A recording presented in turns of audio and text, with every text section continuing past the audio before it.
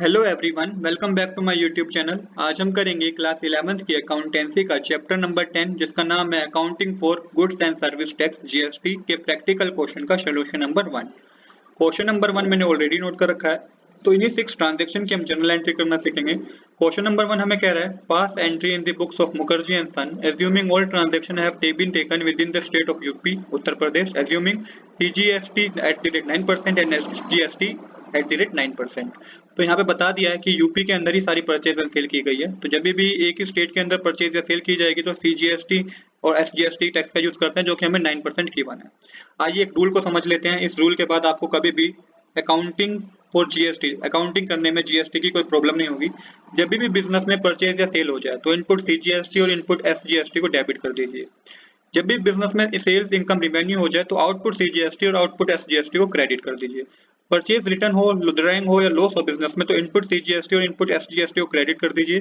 Sales return हो business में तो आउटपुट सीजीएसटी और आउटपुट एसजीएसटी को डेबिट कर दीजिए।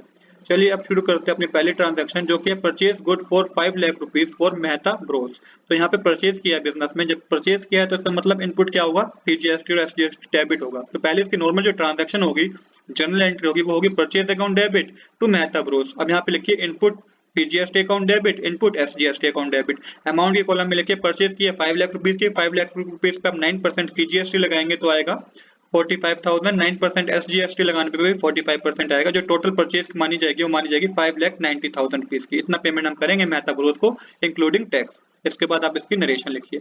अब करते हैं नेक्स्ट ट्रांजैक्शन। नेक्स्ट ट्रांजैक्शन हुई है मार्च 10 को, जिसमें कहा गया है sold good for 8 lakh rupees to Munjal and company. तो यहाँ पे बिजनेस में सेल होगी, कहीं पे भी नहीं बताया कैश में सेल हुई है तो मानेंगे उधार में सेल हुई है। अब जब बिजनेस में सेल होती है ना तो आउटपुट सीजीएसटी और आउटपुट एसजीएसटी को आपको क्रेडिट करना होता है। तो इसकी ट्रांजैक्शन होगी Munjal and company account company debit to sales account to output CGST account to output SGST account. Amount के कॉलम में लिखिए 8 लाख रुपीज की सेल हुई है, इस पे आप 9% सीजीएसटी कैलकुलेट करेंगे तो 72,000 आएगा, 9% एसजीएसटी भी 72,000 आएगा। टोटल जो सेल हुई है वो मानी जाएगी 9,44,000 रुपीज की इंक्लूडिंग टैक्स। इसके बाद आप इसकी नरेशन लिखिए। अब करते हैं नेक्स्ट ट्रांजेक्शन। जो नेक्स्ट ट्रांजैक्शन होगी, नेक्स्ट ट्रांजैक्शन है paid for advertisement 40,000 by cheque. तो यहाँ पे बिजनेस का खर्चा हो गया। जब भी परचेज की जाए या बिजनेस का खर्चा हो जाए, एक्सपेंस हो जाए, तो अब इनपुट सीजीएसटी और एसजीएसटी को क्या करेंगे, डेबिट करेंगे। तो यहाँ पे आएगा advertisement account debit to input CGST account debit, input CGST account debit, input SGST account debit to bank account, क्योंकि चेक के थ्रू पेमेंट हुई है। तो खर्चा हुआ है बिजनेस का 40,000 का, इस पर 9% सीजीएसटी लगेगा 3600 आएगा, 9% एसजीएसटी लगेगा 3600 आएगा। टोटल बैंक में से पेमेंट निकाली जाएगी वो निकाली जाएगी 47,200 रुपीज की। इसके बाद आप इसकी नरेशन लिखिए। अब करते हैं नेक्स्ट ट्रांजेक्शन, जो कि purchase furniture for office use ₹50,000 and payment made by cheque. तो फर्नीचर पे परचेज किया है, ये भी परचेज हुई है बिजनेस की, तो इनपुट सीजीएसटी और इनपुट एसजीएसटी को क्या करना होगा, डेबिट करना होगा। तो यहाँ पे जो जनरल एंट्री होगी वो होगी परचेज फर्नीचर अकाउंट डेबिट, क्योंकि एसेट परचेज किया है। Input to bank account, input CGST account debit, input SGST account debit. Amount fill कीजिए। 50,000 का क्या था, फर्नीचर था, इसमें 9% आपको सीजीएसटी लगाना है तो 4500 आएगा, 9% एसजीएसटी भी 4500 आएगा। तो यहाँ पे आपका टोटल जो आएगा 59,000 रुपीज आएगा क्रेडिट में। बैंक अकाउंट में से कितने रुपए निकलेंगे, 59,000 निकलेंगे इंक्लूडिंग टैक्स। इसके बाद आप परचेज फर्नीचर लिख दीजिए इसकी नरेशन।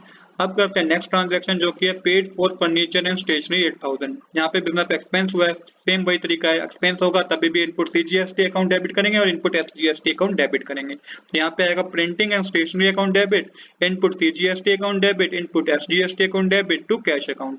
कितने का खर्चा हुआ है, 8,000 रुपए का खर्चा हुआ है। इसमें 9% सीजीएसटी कैलकुलेट के 720 आएगा, 720 आएगा, एसजीएसटी भी 720 आएगा। टोटल जो पेमेंट करनी होगी वो करनी होगी 9,440 रुपीज इंक्लूडिंग टैक्स। इसके बाद आप इसकी नरेशन लिखिए। अब करते हैं लास्ट ट्रांजैक्शन, ये बहुत इंपॉर्टेंट ट्रांजैक्शन है, payment made of balance amount of GST.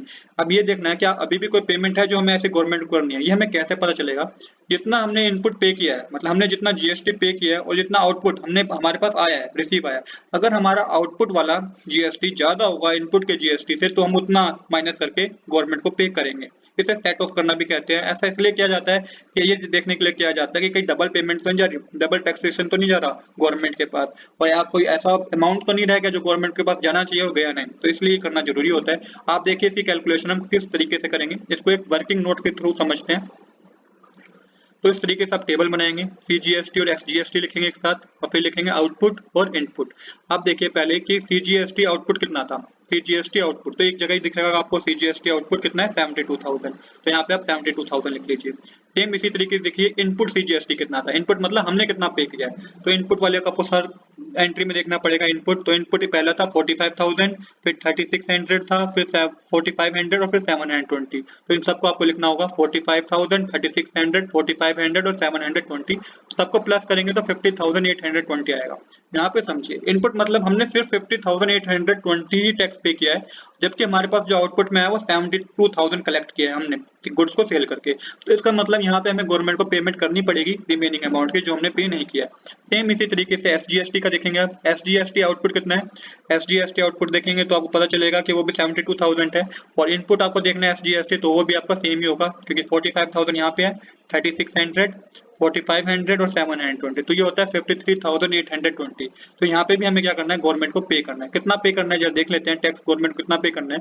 तो 72,000 में से 53,820 माइनस करेंगे तो 18,180 आएगा, GST पे करना है इतना। और SGST कितना पे करना है, 72,000 में से 53,820 माइनस करेंगे तो 18,180 SGST पे करना है।